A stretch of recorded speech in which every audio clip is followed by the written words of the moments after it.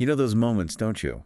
When life feels less like a gentle current and more like a raging river, just throwing everything it has at you. When Absolutely. challenges just pile up and up until you're left wondering, how on earth you'll make it to the other side. Yeah, we've all been there. We've all been there, that deep breath moment where you face what seems like, well, an insurmountable obstacle. It's an experience that really binds us all, I think. It really does. Okay, so let's really unpack what's happening in those moments and, maybe more importantly, what we can actually do about it. Right. What's the actionable part? Exactly. Today, we're diving into exactly how we can navigate these intense periods, not just sort of enduring them, but actually using them as like raw material to forge incredible inner strength. Using them, not just surviving them. That's key. Yes, we're talking about cultivating a mindset that doesn't just survive life's inevitable storms, but actually thrives within them, becoming genuinely, unshakable. It's about transforming those moments of intense pressure from potential breaking points into, well, powerful launching pads for something much greater. A transformation, not just resilience. I like that. Our deep dive today is into a really profound set of insights from mindset mastery, navigating life's storms with inner strength. Ah, yes. Great material. This material, which you've shared with us, it offers a really clear roadmap, doesn't it? It guides us through understanding, harnessing, and ultimately leveraging adversity for our own benefit rather than just letting it diminish us. It really does lay it out. It's a fascinating look at turning what could be, deep pain into profound personal power. And our mission for you, our listener, is really to pull out the absolute most potent nuggets of wisdom from this source material. Yeah, right, to the good stuff. Exactly. We want to hand you a practical, actionable toolkit for not just understanding, but actively cultivating genuine resilience, a way to truly see every challenge you face as a kind of hidden opportunity. Seeing the opportunity in the challenge. Precisely. What's so fascinating here and what really jumps out when you dive into these ideas is how they don't just offer strategies for, coping. They provide a direct, almost counterintuitive roadmap for transforming adversity itself into your greatest advantage, turning every difficulty into a deliberate, chosen stepping stone towards something better. Yeah. It really challenges that very human instinct to just avoid discomfort, doesn't it? And instead reframes it as, well, essential, necessary even. Okay, so let's kick things off by challenging a really deeply ingrained perception. Our natural inclination, I think, is to view struggles as something to be avoided at all costs. Oh, definitely. Avoid runaway, yeah. Like a clear sign that something has gone terribly wrong in our plans. But the material suggests a much deeper, more profound purpose for these moments. It clearly states that life's tests are not designed to break you. Quite the opposite. They are specifically engineered to build you. To build you, that's a powerful reframe right there. Every single storm that rolls into your life, Yeah. every gust of wind, every downpour, it holds a critical lesson. If you look for it. Yes, if you look for it. And every setback, no matter how difficult or unfair it feels in the moment, actually conceals an opportunity for growth that you might otherwise never encounter. Right. Opportunities we wouldn't choose, maybe, but opportunities nonetheless. It really isn't just about getting through it. It's Yeah. profoundly about what you become because of it. The transformation aspect again. The core difference between individuals who don't just survive adversity but truly rise from it and those who unfortunately collapse under pressure, it isn't the pressure itself. No, it's not the external event. It's fundamentally how they choose to respond, how they interpret and engage with that pressure. Their internal processing of it. What struck me as I was going through these insights is this almost radical idea that struggles are not simply random mistakes or, unfortunate anomalies, but rather part of the design of life itself. Wow. Okay. Part of the design. It suggests that every significant challenge you face was, in a way, written into the very fabric of your journey from the moment you began. So not an accident, but intentional in some cosmic sense. That's how it reads. It's a powerful reframing, shifting our perspective from one of, say, victimhood Right. to a deeper understanding of universal design, almost an inevitability of growth through challenge. And that reframing is absolutely critical because it helps us consciously counter that really pervasive why me mentality that can so easily take root during tough times. Oh, that why me? It's so easy to go there. It is. But the truth, as our sources lay out, is stark. Struggle is universal. When we really look at it, nobody, and I mean nobody, regardless of their perceived success, wealth, or privilege, truly escapes it. That's hard to remember sometimes when you're in it. It is. But just think about it for a moment. Every great leader you admire, every success story that inspires you, every individual who has achieved something meaningful in this world, they all walked through fire. They experienced loss, betrayal, deep disappointment. They didn't somehow bypass the storms. Quite the opposite. They learned to use them. Use the storms. The core message here is not just that hardship isn't a curse, but that it is a gift. A gift. That's a big claim. It is. But the idea is that it's the very force that shapes you, strengthens you in ways you couldn't imagine, and ultimately equips you for the future blessings and opportunities waiting on the other side. It keeps you like training. Exactly like training. Consider the classic analogy. Muscles grow under resistance, right? Iron is forged and tempered in fire. In precisely the same way, character is born and solidified through trials. If we connect this to the bigger picture, it means that our perceived hardships, these moments we just wish away, Yeah, the ones we hate, are actually intricately designed for our elevation and ultimate purpose. It compels you, the listener, to ask yourself, if life was always easy, if every path was smooth, would you ever truly grow? Probably not. Comfort doesn't usually push us. Right. Would you ever discover the immense depths of your own capacity, that raw, untapped potential within you? True strength, as the material powerfully notes, isn't revealed when life is smooth, when everything is comfortable and predictable. No. When does it show up then? It shows up when everything is against you, yet you keep moving forward. Those dark hours, when nothing makes sense, when you're pushing through sheer will, when you're utterly exhausted but still taking one more step, those are the moments that truly define who you are and who you are becoming. So it's in the doing during the dark times. Exactly. Struggle doesn't just happen to you, it reveals character. And character, in turn, builds destiny. You know, it's interesting because the danger then lies in completely misunderstanding this fundamental, almost sacred role of hardship. Right, getting it wrong. So many people fold under pressure, believing obstacles mean they're not meant to succeed. That is a lie. A very common lie we tell ourselves. I think we've all fallen into that trap, haven't we? This deeply ingrained misconception that if things are hard, you're on the wrong path, or you're simply not capable, or maybe even cursed. Or the universe is against me. Yeah, but the material firmly corrects this, stating, struggle doesn't mean failure. It means progress. Pressure is proof that you're moving forward. Pressure is proof. Okay. Like resistance in a workout. Exactly. It's like the universe is testing your resolve, building your internal scaffolding. Think about this really powerful analogy this source offers. A seed must break before it becomes a tree. In the same way, you must go through breaking moments before you step into your full potential. Wow. Breaking to become. It's an essential, often excruciatingly painful part of the growth process. I remember, for instance, a time I was so comfortable in a role, maybe too comfortable, even though I knew deep down I wasn't really growing. The breaking I needed was forcing myself to leave that comfort, even when it felt terrifyingly unstable. That takes courage. It did.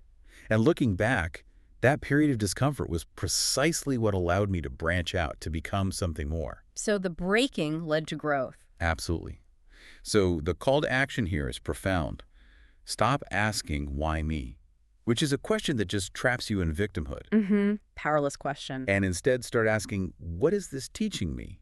A question that unlocks agency and wisdom. That's the power question. Because every single setback, no matter how frustrating or seemingly random, carries wisdom. And every delay, no matter how inconvenient or disheartening, is actually preparation for something greater that's coming. Preparation. Okay, I like that framing. Delay as prep time. That reframe is absolutely vital, and the source material drives home how tough times also possess this incredibly clarifying power. Clarifying? How so? They act as a kind of internal filter, stripping away illusions and showing you what truly matters when everything else seems to be falling away.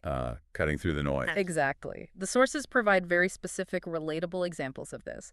Fake friends fall away, distractions fade, and your priorities sharpen.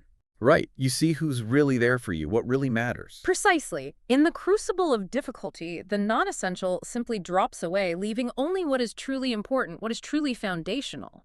This has a profound implication. Pain clears the fog and forces you to face the real question. What do I truly want? And what am I willing to endure to reach it? Cuts right to the chase. No more messing around. Exactly. It cuts through all the noise and superficiality of everyday life, getting right to the core of your deepest desires and your unwavering commitment.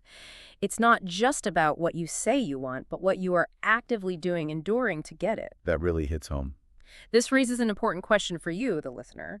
What illusions might your current challenges be clearing away right now? Ooh, good question. What are you being forced to see more clearly? Perhaps a hidden truth about your relationships, your career, or your inner strength, precisely because of the discomfort you're experiencing. The discomfort itself is a messenger. That's a powerful thought. If hardship is truly a given, if it's intricately woven into life's design, and is, in its own paradoxical way, a gift, then what does this all mean for how we actively build that inner strength day to day? Specifically, how do we process these challenging experiences, not just with our actions, but with our internal world, with our thoughts? That's a fantastic transition because the source material really draws a sharp contrast between comfort and challenge. It states unequivocally, comfort never forces you to question your purpose. Hardship always does. That makes sense. Comfort is, comfortable. Exactly. Think about it. When everything's easy, we tend to cruise, right? Follow the path of least resistance. There's no urgent need to delve into our deeper motivations. You just kind of float along. But it's in that very questioning, when you're forced to refine your vision, when you have to dig deep and reevaluate everything you thought you knew, that you truly discover strengths you never even knew you possessed. Finding strength you didn't know was there. It's easy to admire resilience in others, isn't it? We see successful people, accomplished figures, and we often forget the difficult, messy process they underwent. We just see the result, not the struggle. Precisely. Their strength wasn't just bestowed upon them, it was forged in storms just like the ones you're facing now. Forged, like the iron analogy earlier. Yes. They didn't somehow escape struggle. They endured it, they learned from it, and crucially, they refused to quit. This reinforces a timeless truth that the material brings up. Tough times don't last, but tough people do. Ah, the classic. It's about developing that inner fortitude, that mental and emotional muscle memory. And you, the listener, absolutely possess the capacity to develop that same resilience. The source material makes it clear that it fundamentally begins with a choice. A conscious choice. A conscious, intentional choice to see challenges not as enemies to be avoided or burdens to simply tolerate, but as training, as preparation for something greater. Training. Okay. Like mental weightlifting. Every single difficulty you encounter, every moment of resistance, is actively preparing you for the future you desire. Every storm that comes your way isn't just chaos. It's watering the seeds of greatness already within you. Whether you consciously realize it or not, when life feels heavy, when the weight of the world seems to press down, the mental refrain, the internal anchor should be, this is not the end. It's preparation. I like that. This is preparation. The weight you carry, though it feels crushing at times, is not meant to diminish you, but specifically to build your strength, much like lifting weights in the gym. Right. Progressive overload for the soul. Exactly. Yeah. Our sources put it so powerfully. Tough times aren't detours, they are the road. Wow. Not detours, but the road itself. They are not an interruption to your journey. They are the journey itself, an integral part of your unfolding story. If you keep walking, if you consistently choose to move forward and refuse to bow under pressure, Keep going. one day you'll look back and you'll realize that the very storms you once cursed were precisely the storms that shaped you into someone truly unbreakable. That perspective shift is huge. Looking back and seeing the purpose. What's particularly fascinating here, from a psychological perspective, is the active agency involved. It's not passive survival, it's an intentional, almost defiant decision to learn and grow, to choose how you interpret your journey, and in doing so, transform it from an ordeal into an opportunity. It's a fundamental shift in perspective. It's taking control of the narrative. That really brings us to a powerful, universally understood analogy that the source material presents. Your mind is a garden. The garden analogy. I love this one. And every single thought you have is a seed. This visual really helps to simplify and understand the profound impact of our internal dialogue. Makes it very concrete. Some of those seeds, the positive ones, grow into beautiful flowers, bringing beauty, strength, and inspiration into your life. Others, however, left unchecked, grow into weeds. The choking kind. Choking your potential, stealing your peace, and draining your precious energy. Now here's the rub. You can't stop seeds from being thrown into your garden. Nope. Life throws them constantly. People will inevitably speak negativity into your life. Circumstances will undoubtedly bring doubt, and fear will constantly try to creep in. These are external factors, largely beyond your immediate control. Right. You can't control the input entirely. But, and this is the crucial part where your power lies, you absolutely can decide what you water, what you nurture, and what you ultimately allow to take root. That's your domain. The watering can is in your hand, and this leads directly to a common and insidious pitfall that many people fall into. They passively allow their minds to become dumping grounds for gossip, criticism, and fear. Oof, dumping grounds. Not a pretty image. No, they replay painful words again and again. They feed themselves stories of past failures, reinforcing old narratives, and they allow these metaphorical weeds to just overrun their mental garden, choking their potential and preventing new growth. The warning from the sources is stark. If you're not intentional about protecting your mind, negativity will spread faster than hope. Faster than hope. Wow. And soon you'll be surrounded by thoughts that drain you instead of build you. This isn't just a metaphor, it's a psychological reality. So how does that actually work? Why does the mind do that? Well, here's the core truth about the mind, highlighted in our material. Your mind will always believe what you consistently tell it. Okay. Repetition is key then. Absolutely. And this is where a bit of the how it works comes in. Our brains, through something called neuroplasticity, actually rewire themselves based on consistent input. Right. They form pathways. Exactly. Your reticular activating system, a part of your brain, starts to filter your environment for evidence that supports your dominant thoughts, creating a powerful feedback loop. So you see what you believe, essentially. Pretty much. So if you consistently speak defeat, telling yourself, I'm not good enough, I'll never succeed, nothing ever works for me, your mind will accept that as reality, and your actions will inevitably follow, often unconsciously confirming those beliefs. Making it a self-fulfilling prophecy. Precisely. But if you consistently speak faith declaring, I am capable, I'm growing, I am prepared for what's ahead, your actions will rise to match those empowering beliefs. It's like programming yourself. It is. If we connect this to the bigger picture, this isn't just about feeling better or superficial positive thinking. It's about actively shaping your capabilities and potential through consistent internal messaging, essentially programming your own internal operating system for resilience and success. So the actionable strategy here, while seemingly straightforward, is truly profound. What you feed grows. What you starve dies. Simple, but not easy. Right. The clear message is to starve fear and doubt. Deprive them of your attention, your energy, your focus. Instead, actively feed hope, confidence, and clarity. Choose what gets the resources. This isn't a one-time event. It's a daily practice, a moment-by-moment choice. Every morning you wake up standing in the garden of your mind. The question is, what will you plant today? Sets the intention for the day. It's a conscious, intentional choice that sets the tone for your entire day. And again, while negativity around you is inevitable, the jealousy, the comparison, the discouragement, those voices telling you, you can't do it, remember. Their words only take root if you allow them to. You possess that power of discretion, that internal filter. You're the gatekeeper of your garden. Exactly. So, to summarize this crucial point, protect your garden. Choose your seeds. Grow strength, not weeds. It's a foundational principle for cultivating inner strength. This really raises an important question, though. Beyond these daily gardening practices of managing our thoughts, what are the deeper, more structural elements that help us truly guard that mental garden against the toughest, most unpredictable storms? Like the Category 5 hurricanes, not just the weeds. Exactly. The kind of storms that can uproot even the strongest plants if the foundation isn't solid. That's a perfect follow-up, because we've established that your mind is your garden, and it's your responsibility to guard it. You don't have to let every seed of negativity take root. Right. We've got the concept. But this isn't a passive activity. It requires discipline. Ah, discipline. There's that word again. It means actively cutting off the constant stream of negativity you consume daily. This can manifest in very specific, tangible, and sometimes difficult actions. Like what, for example? Like turning off the news, stepping away from toxic conversations, limiting social media, or spending less time with people who consistently drain your energy. Oof. Setting boundaries, that can be hard. It can be incredibly hard.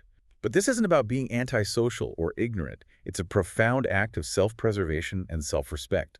Protecting your mind is not selfish, it's necessary. Necessary for growth? You simply cannot grow strong, You cannot produce good fruit if your mental soil is constantly being poisoned by negative inputs. The cost of not doing this is a mind that is constantly anxious, distracted, and unable to focus on what truly matters. It depletes your resources. And the inverse of that is equally true and powerful. Instead of letting negativity in, you must actively fill your garden with seeds of growth. So it's not just defense, it's offense too. Exactly. This means intentionally seeking out positive inputs and cultivating a rich, fertile environment for your mind. Read books that stretch your perspective and offer new insights. Listen to inspiring voices, whether through podcasts or mentors that speak courage into your spirit. Surround yourself with uplifting stuff. Yes, and uplifting people. Surround yourself with people who consistently lift you higher instead of pulling you down into cynicism or doubt. Choose your inputs carefully. The strategy for managing negative thoughts isn't just to stop them, but to replace them with something more powerful and constructive. When fear says you can't, you respond, I will. When doubt whispers, it's impossible, you declare, it's already on its way. Actively countering the negativity. Weeds, of course, will always try to return. That's the nature of a garden. But if you stay intentional, consistently planting the right seeds and diligently pulling out the wrong ones, your garden will flourish. Constant vigilance. It is. Your future, quite literally, depends on what you allow to grow in your mind and what you choose to cultivate. A disciplined, hopeful, and focused mind creates a powerful, fulfilling life. And the alternative. But a neglected, distracted, and fearful mind, unfortunately, creates a life filled with regret and unrealized potential. What's truly fascinating here is that this isn't a passive aspiration or a one-time fix. It's an active, daily choice and an ongoing commitment to cultivate your internal landscape. So really, guard your garden fiercely. Be incredibly careful what you plant. Be incredibly careful what you water. And be incredibly careful what you allow to stay and take root.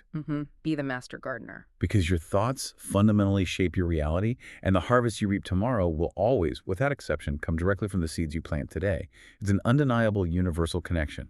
And beyond these crucial daily habits of managing your mental garden, there's something even deeper at play, something that provides the very framework for all of this. Your personal philosophy. Okay, philosophy, that sounds big. It can sound big, but it's intensely practical. This isn't just a fleeting thought or a collection of inspiring quotes you like. Our sources describe it as nothing less than the compass that guides you, the foundational bedrock beneath your decisions, your actions, and your daily habits. The bedrock. Without this strong philosophical grounding, life's inevitable storms can easily knock you off course, leaving you confused, discouraged, and particularly vulnerable to other people's opinions and the fleeting trends of the world. Easily swayed, yeah. But with a well-defined, robust personal philosophy, you become grounded, unshakable, and truly resilient, no matter how unpredictable and chaotic the world becomes around you. So it's like an internal anchor. Exactly. If we connect this to the bigger picture, philosophy isn't just an abstract concept reserved for academics or dusty books. It's the practical scaffolding for an unshakable self, a tangible, actionable tool for navigating the complexities of existence. It gives you a consistent lens through which to view the world. That's a powerful distinction. So this philosophy isn't just about what you say you believe, but genuinely a set of convictions, a framework through which you process pain, setbacks, and opportunities. Your internal operating system, really. It's the filter, the operating system, through which you interpret every experience. Our material makes it strikingly clear. If your foundation, this personal philosophy, is weak or undefined, even small challenges can completely collapse your confidence and send you reeling. But if your philosophy is strong, if it's built on solid ground, even the hardest, most devastating storms cannot break you. It provides that internal structural integrity. Yes, that nothing external can truly penetrate. It's the difference between a house built on sand and one built on bedrock. And the starting point for building this kind of robust, unshakable philosophy is absolute clarity. You must know what you stand for, what you value, and what you refuse to compromise. Knowing your non-negotiables. Exactly. This seems simple, but many people, perhaps most, drift through life without ever truly defining these core principles for themselves. Just kind of going with the flow. Which is precisely why they are so easily swayed by trends, by peer pressure, by the loudest voice in the room, and by temporary emotions that can pull them in countless different, often contradictory directions. Right. Pulled left and right. But when you consciously articulate and live by these clearly defined principles, something significant happens. You stop living reactively, constantly responding to external stimuli, and you start living intentionally, driven by your internal compass. Intentional living. Okay. This raises an important question for you, the listener. Have you truly articulated what you stand for in your life? What are your non-negotiables? What are the core values that guide your decisions? Something to really think about. Your philosophy reminds you of who you are at your absolute core. And when the world tries to shake you, when doubts creep in, when fear whispers in your ear, it keeps you unshakable, anchored in your own truth, not in the shifting sands of external opinion. That philosophy sounds like an incredible anchor, really solid. But how does something so grand and foundational connect to the constant, often subconscious conversation happening inside our own heads? That inner voice we all have, and how it shapes our reality and our potential. It's a fundamental and undeniable reality that impacts us every moment of every day. Every day, whether you notice it or not, you are in constant conversation with yourself. That little voice in the head, always chatting. Always, from the moment you wake up, before your feet even hit the floor, until you close your eyes at night, thoughts race through your mind, and those thoughts carry a voice. That voice, your inner dialogue, has the power to lift you up or tear you down. It can be your greatest ally or your worst enemy. It's an ongoing, pervasive, and incredibly influential force within you, shaping your perceptions and your potential. And most people, our sources tell us, gravely underestimate the sheer transformative influence of this self-talk. They really do. They dismiss it. But the truth is, the way you speak to yourself shapes your future more than any external factor ever will. More than any external factor. That's huge. This isn't hyperbole. It's a deep psychological principle. A strong mind doesn't just happen by accident. It's not a genetic lottery or a stroke of luck. It's actively built by choosing what you feed it, what you allow to grow,